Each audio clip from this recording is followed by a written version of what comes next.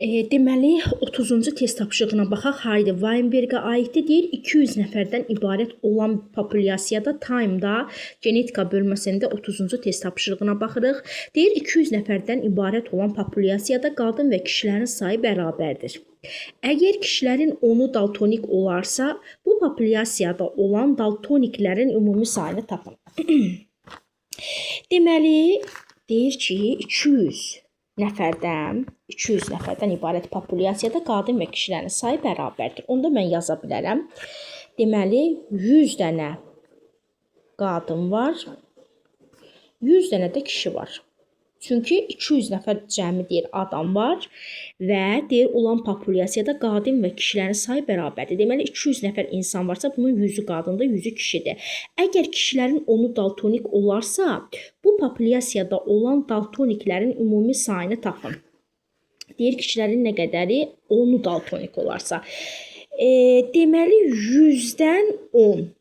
Düzdür, 100-dən 10 ehtimal kişilərdə deyir daltonik var. Yəni bunun rast gəlmə tezliyini taparıq da, xəstə kişilərin rast gəlmə tezliyin.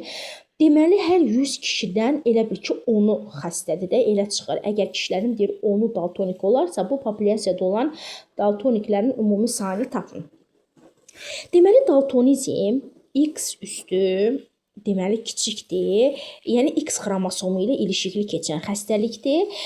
Bu belə ola bilər. Məsələn, qadın əgər xəstədirsə, X üstü kiçikdir, 2 dənə xəstə geni olacaq.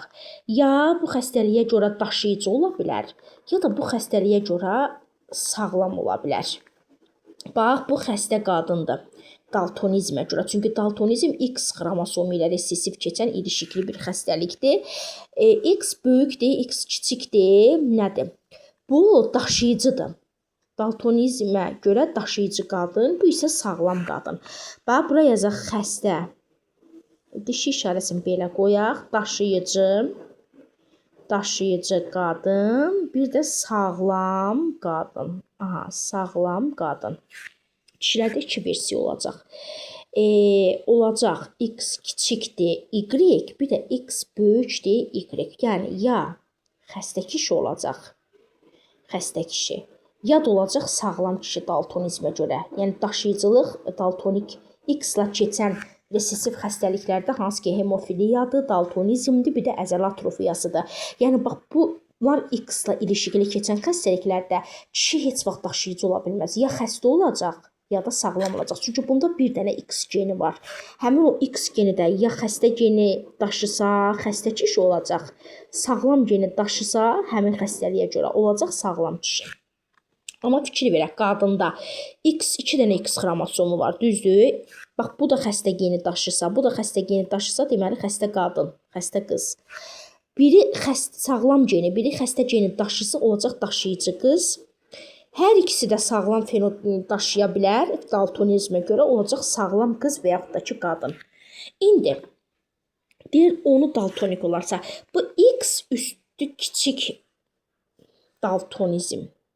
%10 ehtimal kimdədir? Kişilərdə. Kişilərdə, düzdür. Bu onu böləndə 100-ə, ümumi kişilərin sayına xəstə insanların rast gəlmə tezliyini taparıq. Bu eləyəcək 0,1.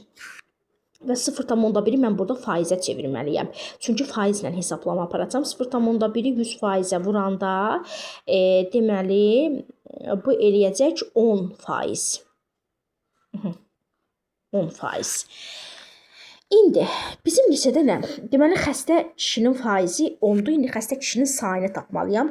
Bax 100 dənə kişi 100%-dirsə, onda X kişi də olacaq 10%. X kişi də olacaq 10%. Buradan X-i tapmağım üçün deməli onu vuracam 100-ə, böləcəm 100-ə. Onu vuracam 100-ə. Bu 100-lər ixtisar gedəndə qalacaq 10 dənə xəstə kişi. 10 xəstə kişi. Bunu tapdım. İndi keçirəm qadına. Qadında X kiçikdir, xəstə bax bu gen var ha, bu 2 dənədir. Bunu bayaq necə tapdıq? 0,1. Bunda olacaq 0,1 vurulsun 0,1 bərabərdir 0,100-1. Bunu da faizə çevirəndə 100-ə vuranda eləyəcək 1%. 1%. Onda 100 qadın, mənim ümumilikdə 100 qadınım var idi də, düzdür? 100 qadın onda 100%dirsə, onda x qadınım da olacaq mənim 1%. 1%. X da bərabərdir. Cavab olacaq 1. 1-i 100-ə vurub 100-ə verəcək. 1 xəstə qadın. 1 xəstə deməli qadın. Aha. Bizdən soruşur. Bax, bizdən nə soruşur? Bizdən soruşur ki, bu populyasiyada olan daltoniklərin ümumi sayını tapın. Yəni, mən xəstə, deməli, qadın, üstəgəl xəstə kişini soruşur məndən. Xəstə kişini. Xəstə kişi nə qədər idi? 10 dənə xəstə kişi var idi, bir dənə də xəstə qadın. Deməli, onun üstünə gələcəm biri, cavab cəmi 11 xəstə insan. Burada da cavabımız olacaq C variantı.